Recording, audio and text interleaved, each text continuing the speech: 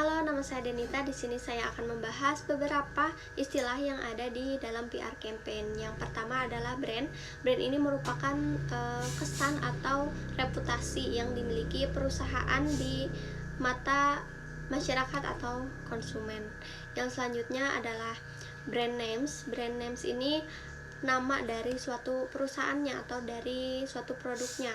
Contohnya seperti Nike, Adidas, atau sebagainya.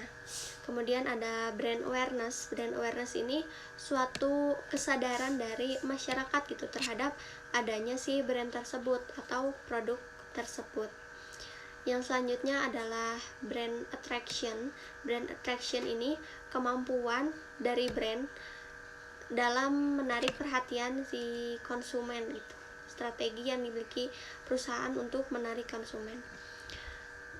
Kemudian selanjutnya ada brand action. Brand action ini suatu tindakan terhadap brand. Misalnya konsumen dengan cara membeli produk tersebut. Ini yang dinamakan brand action.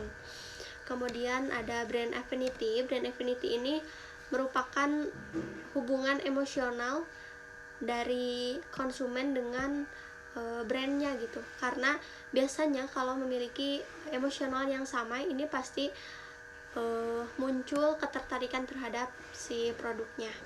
Kemudian ada brand advocacy. Brand advocacy ini merupakan tindakan dari konsumen ini memberikan rekomendasi kepada temannya karena merasa memiliki kepuasan tersendiri gitu terhadap si konsumennya. Yang selanjutnya adalah brand adaptability. Brand adaptability ini merupakan kemampuan dari suatu brand dalam beradaptasi terhadap perubahan tren atau perubahan pasar seperti itu. Selanjutnya ada brand identity. Brand identity ini suatu identitas visual atau simbol dari perusahaan. Misalnya perusahaan BCA memiliki simbol dengan warna biru, jadinya brand identity-nya adalah biru gitu. Kemudian brand values. Brand values ini merupakan nilai-nilai yang dimiliki suatu brand atau suatu perusahaan. Sama halnya dengan diri kita juga memiliki value yang dimana value ini menjadikan dasar kita. Kemudian ada brand equity. Brand equity ini nilai komersial dari brand gitu, seperti halnya kepuasan pelanggan atau harga seperti itu. Selanjutnya ada brand extension. Brand extension ini merupakan strategi dari suatu brand dalam memperluas produknya gitu atau layanannya.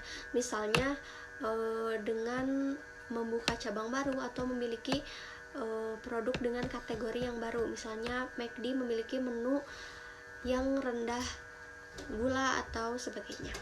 Kemudian ada brand evolution. Brand evolution ini merupakan proses perusahaan di mana brand ini mengalami perkembangan atau perubahan. Kemudian brand recognition. Brand recognition ini kemampuan dari konsumen dalam mengenali suatu perusahaannya, misalnya dari logonya, dari kemasannya, atau dari produknya. Selanjutnya adalah brand reputation. Brand reputation ini merupakan citra yang dimiliki oleh suatu brand gitu di mata konsumennya atau di mata masyarakatnya. Selanjutnya adalah brand recall. Brand recall ini merupakan kemampuan dari konsumen dalam mengingat suatu brand dari iklan atau dari promosi. Kemudian ada branding. Branding ini memperkuat brand dengan cara membangun identitas itu untuk mempengaruhi persepsi dari konsumen atau opini dari konsumen. Kemudian selanjutnya ada personal branding. Personal branding ini merupakan upaya dari perusahaan tersebut membangun citra atau reputasi brandnya tersebut. Kemudian ada 5C, personal branding. ini merupakan strategi dalam membangun personal branding dengan cara yang pertama ada clarity, kemudian konsistensi, konstansi, credibility, dan communication.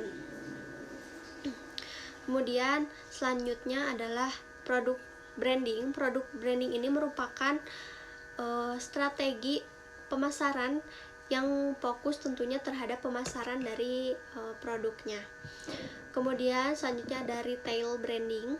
Retail branding ini merupakan branding yang diterapkan oleh perusahaan retail khususnya dengan dengan membedakan dari pesaing yang lain gitu. Misalnya memiliki hal yang unik dan berbeda dari perusahaan yang lain.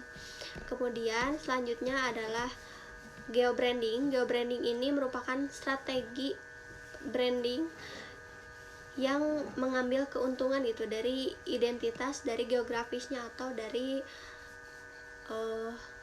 lokasi suatu produk. Kemudian selanjutnya adalah service branding. Service branding ini merupakan strategi membranding yang diterapkan untuk meningkatkan khususnya layanan terhadap konsumen gitu atau mengunggulkan dari layanannya.